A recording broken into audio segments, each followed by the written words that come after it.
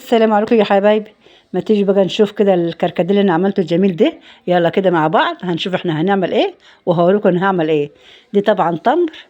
جبت واحد التمر على بعضيها ونقعتها من بالليل، والنهارده رحت ايه مطلعاها وسويتها، هسويها على النار شايفين.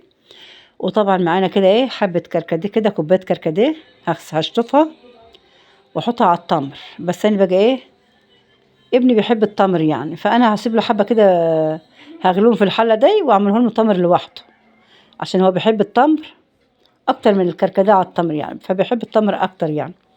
فانا هعمل دوده، اللي حابب يشرب دي حابب يشرب يعني ايه. ان شاء الله. ورمضان كريم عليكم يا رب. بمناسبة رمضان بقى يا حبايبي، لحد العامل وتنحط كده في التلاجة، واللي عايز نحط في الفريزر نحطه عشان نلاقي حاجة معانا بدل ما نقعد نعمل طول النهار ونصفي ونعمل. دول معايا حبة كركديه، بوريكم الكركديه اهوت يا حبايبي. دول بقى ان شاء الله كركديه نضيف يعني، جايباه نضيف وحلو، بدل ما اغسل واقعد انشف واعمل لا. انا كده ايه هحمصه واطلع منه الرطوبه، ولو في اي حاجه كده تروح مع الحمصاني بتاعته وحمصه. ويا حبايبي اروح بقى ايه، هوريكم دلوقتي الكركديه البودره انا هعمله ازاي. سهل سهل خالص والله العظيم، سهل يعني خالص. كده شلته من على النار، بعيد عن النار عشان خاطر ايه ياخد راحته كده ايه، مش ينحرق يعني. الصينيه الصغيره دي هتبقى يعني سخنه، فخليته بعيد يعني.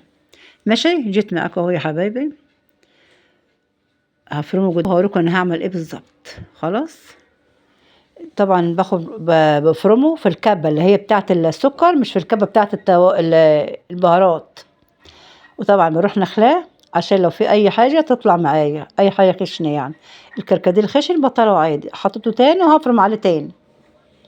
ماشي. وفرمته طبعا كله كده ووريته لكم ونخلته قدامكم بالمصفى اهوت. انا عملته على مرتين تلاتة وخلصت ونخلته قدامكم اهوت. اخر حبه اهم هنخلهم وهوريكم انا هعمل ايه بالظبط. خلاص. طبعا كده خلاص، الحبه دول انا هركنهم في ناحيه، وممكن ابلهم يعني وايه واحطهم على حبه الكركديه التانيين. خلاص كده خلصت، هحط عليهم حبه السكر دول.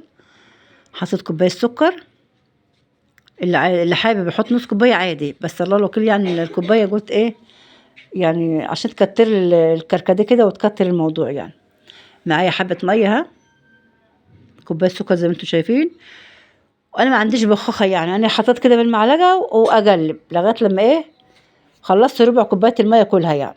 احط كده بايديا، احنا اللي هنشربه مش تجرفه البرشش ميه بس. طبعا كده ايه هتلاقيني اقلب فيه لغايه لما الميه اللي في الفنجان تخلص.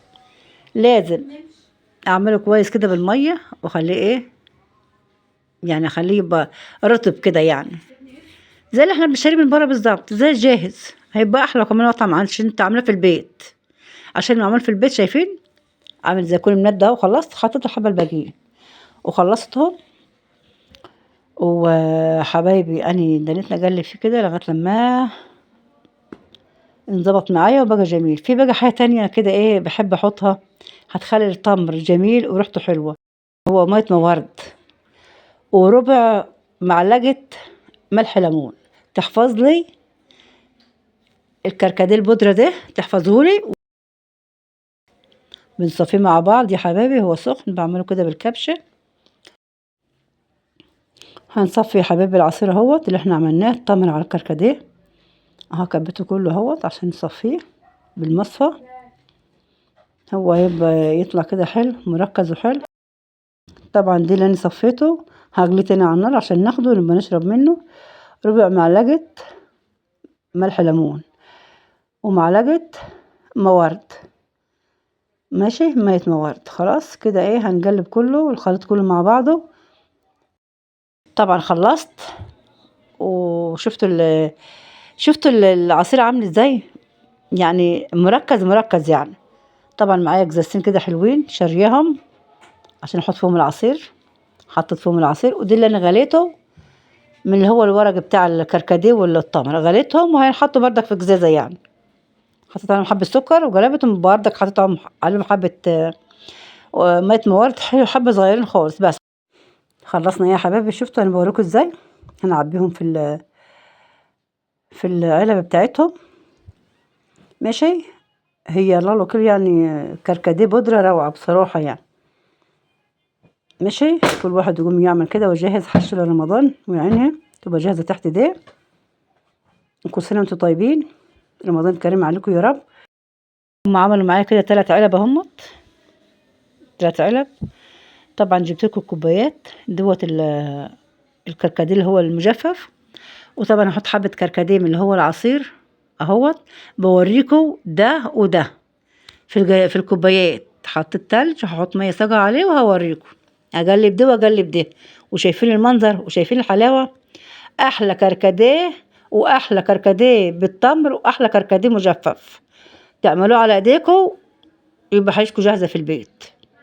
خلاص يا حبايبي، احلى لك كده لأم حمادة. شايفين روعة بصراحة، انا بدوقه روعة. انا بوريكم ودقته بوريكم وانا بدوقه. مش تنسوا اللايك والاشتراك يا احلى مشاهدين في الدنيا.